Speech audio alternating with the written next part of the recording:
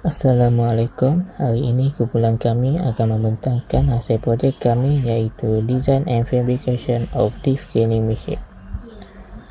Ini adalah senarai nama ahli kumpulan kami. Yang pertama ialah Tinesh, yang kedua ialah saya Muhammad Hafiz, yang ketiga ialah Stevenson, yang terakhir adalah Abdul.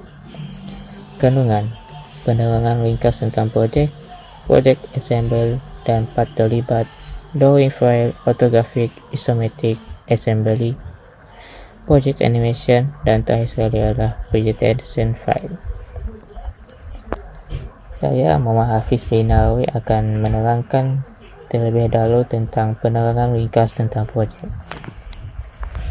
Parit dikenali sebagai saluran sempit yang digali di pinggir jalan atau padang untuk menahan atau membawa air. Tetapi pada masa ini Anda akan melihat banyak parit di luar sana penuh dengan sampah yang boros. Mengapa kita harus menjaga kebersihan parit? Ini kerana dapat membatasi pertumbuhan tumbuh-tumbuhan penyumbang yang kepada beban pencemaran, menurunkan kapasiti parit dan dapat mengurangkan penyebab banjir. Untuk mengelakkan keadaan ini, saya dan kumpulan saya memutuskan untuk membuat mesin pembersih parit yang kami namakan sebagai Design and Fabrication of Deep Cleaning Machine untuk projek tahun terakhir kami. Penyataan masalah: yang pertama ialah kesukaran mengutip atau mengugut sampah di dalam longkang, terutamanya di dalam lubang yang terlalu dalam, ditambah lagi dengan aliran air yang terlalu lebat. Yang kedua ialah sukar untuk membersihkan lubang longkang yang mempunyai taburan air yang terlalu dalam, kotor dan busuk sehingga terlalu sukar untuk kita masuki. Yang terakhir adalah boleh menyebabkan air bertakung di tempat yang lebih rendah. Objektif pertama untuk projek kami ialah mendapat mesin yang boleh terapung di permukaan air. Yang kedua ialah mesin yang boleh mengutip sampah di permukaan air di parit. Yang terakhir ialah mesin yang dapat menggantikan tenaga kerja dengan menggunakan bateri yang boleh berfungsi selama 1 hingga 3 jam. Skop dan terhad. Skop utama projek ini adalah untuk membersihkan kerja di parit yang menyediakan kemudahan untuk mengumpulkan sampah di parit dalam keadaan di mana parit terlalu dalam dan air pasang. Mesin ini boleh digunakan di kawasan perayaan. Ini akan menjadikan proses pengumpulan sampah lebih berkesan. Selain itu, alat ini juga dapat membawa sampah yang dikumpulkan sehingga 5 kg.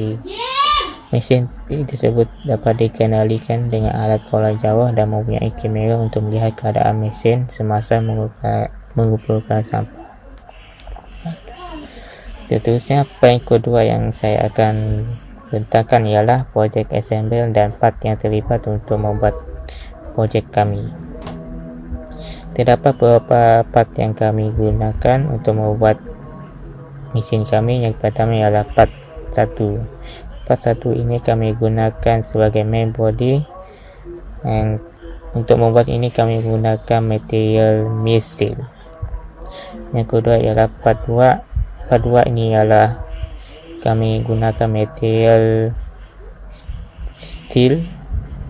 steel untuk membuat net. Yang ketiga ialah part yang untuk meletakkan komponen seperti lita-lita untuk membuatkan projek ini. Part keempat ialah kami gunakan material polystyrene supaya dapat mengapungkan projek kami. Part kelima ialah kamera untuk berfungsi sebagai mata kami semasa berada di permukaan air. Part keenam ialah untuk pemegang kamera supaya tidak berjatuh, tidak longgar ataupun lain. Part 7 ialah sama juga dengan sebahagian part 2, digunakan sebagai steel untuk menangkap atau membungkus sampah. Part 8 ialah kipas yang dibuat daripada mild steel untuk menggerakkan projek kami untuk bergerak lurus atau ke belakang. Itu saja daripada saya. Terima kasih. Hai, nama saya Tinesh, anak lelaki Kartik Esok. Nombor metrik saya adalah 05 DKM 19F 1149. Okey, saya akan sambung presentation Hafiz tadi. Saya akan terangkan pasal drawing file. Okey, drawing file mempunyai 3 jenis drawing, iaitu orthographic drawing, assembly drawing dan isometric drawing. Okey, drawing yang pertama kita akan tengok ialah daripada projek saya, iaitu design fabrication of ditch cleaning machine, adalah assembly drawing. Okay, assembly drawing menunjukkan part list, item, quantity, part number dan material. Okay, saya akan terangkan satu-satu. Item pertama, mild steel, part number dia adalah part 1, dan item kedua ialah ion, part number dia adalah part 4. Item ketiga ialah mild steel juga, item number dia ialah part 2. Item keempat ialah polystyrene dan nombor part dia adalah part 3. Item kelima adalah kamera. Item keenam adalah mild steel juga, dia part 6. Item ketujuh ialah ion, part nombor dia ialah part 7. Item ke-8 ialah mild steel juga, part nombor dia adalah part 8 lah. Okay, drawing kedua kita akan tengok ialah orthographic view. Orthographic view mempunyai 3 jenis view, iaitu top view, front view dan side view. Ini menunjukkan seluruh bentuk design projek kita. Lebar dia 90 cm dan tinggi dia 50 cm, dan atas tu dia kita namakan sebagai tempat pembukaan ataupun membuang sampah. Okey, lebar dia adalah 70 cm. Okey, drawing kedua kita akan tengok ialah isometric drawing. Isometric drawing hanya ada dua, iaitu top right view dan bottom left view. Yang ni menunjukkan top view projek kita, dan bottom bermaksud bahagian bawah. Dia menunjukkan bahagian bawah projek kita. Tiga-tiga jenis drawing ni adalah agak penting juga semasa membuat suatu projek, sebab ia menunjukkan seluruh bentuk gambar rajah projek kita, dan ia senang nanti untuk kita tengok bahagian mana kita perlu buat. Sebab tu kita perlu buat drawing macam ni. Lepas ni saya paskan presentation ni kepada Akro. Hai, nama saya Akro Azizul Nobel dan saya akan menceritakan tentang animation project, iaitu drive dan berbentuk drive, dan saya akan menerangkan tentang apakah itu drive. So, drive adalah satu perintah terhadap join untuk kumpulkan dua komponen menggunakan join dan constraints. Kegunaan drive di dalam inventor ini adalah untuk menggerakkan sesuatu bahagian dalam bentuk putaran secara 360 darjah ikut arah jam ataupun melawan arah jam, dan ia juga mempunyai RPM yang tertentu ya, untuk sebagai kelajuannya. Jadi saya akan menerangkan cara bagaimana saya menggunakan drive ini dalam projek inventor kami, dalam projek 1 kami, dan seterusnya saya akan menunjukkan hasilnya, hasil drive kami berfungsi ya. Dan di sini adalah sebuah projek kami, dan ini adalah bahagian yang saya ingin buatnya bergerak ya, ini dan ini.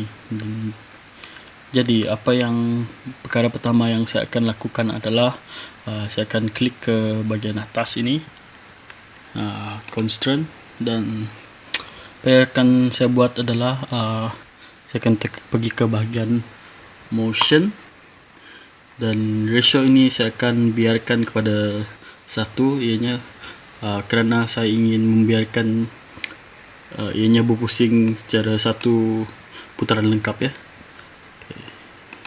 Dan selection pertamanya adalah ini, pastikan klik pada titik tengahnya ini, dan selection keduanya adalah pada titik kedua, di tengah kedua. Okey. Dan solutionnya adalah saya memilih reverse ya, secara satu mengikut arah jam dan satu melawan arah jam.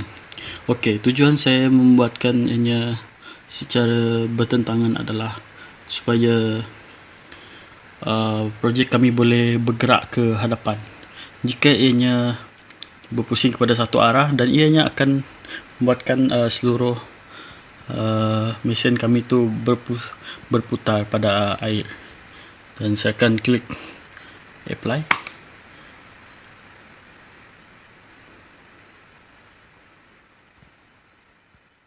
Dan selepas itu kita akan pergi ke bahagian sebelah kiri. Kita klik ini dulu. Okay.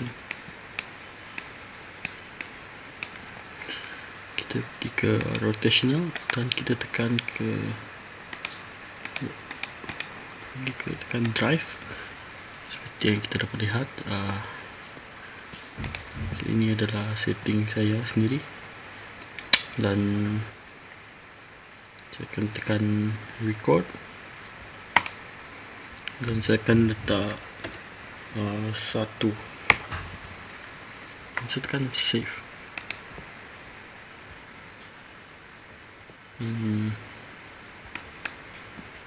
Okay.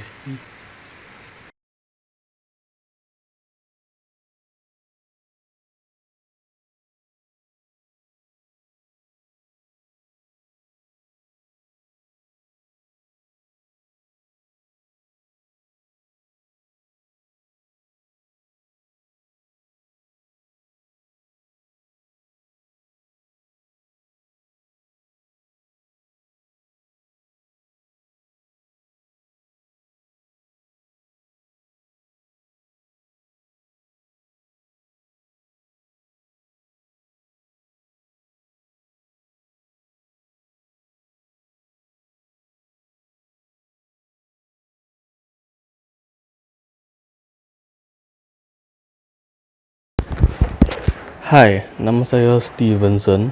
Jadi ini adalah kita punya presentation file. Presentation file ini adalah tentang penyambungan setiap bahagian dalam desain projek tersebut. Dalam slide kali ini saya akan membentangkan tentang cara penyambungan ataupun pelaraian setiap bahagian projek kami. So, jadi inilah project presentation file kami.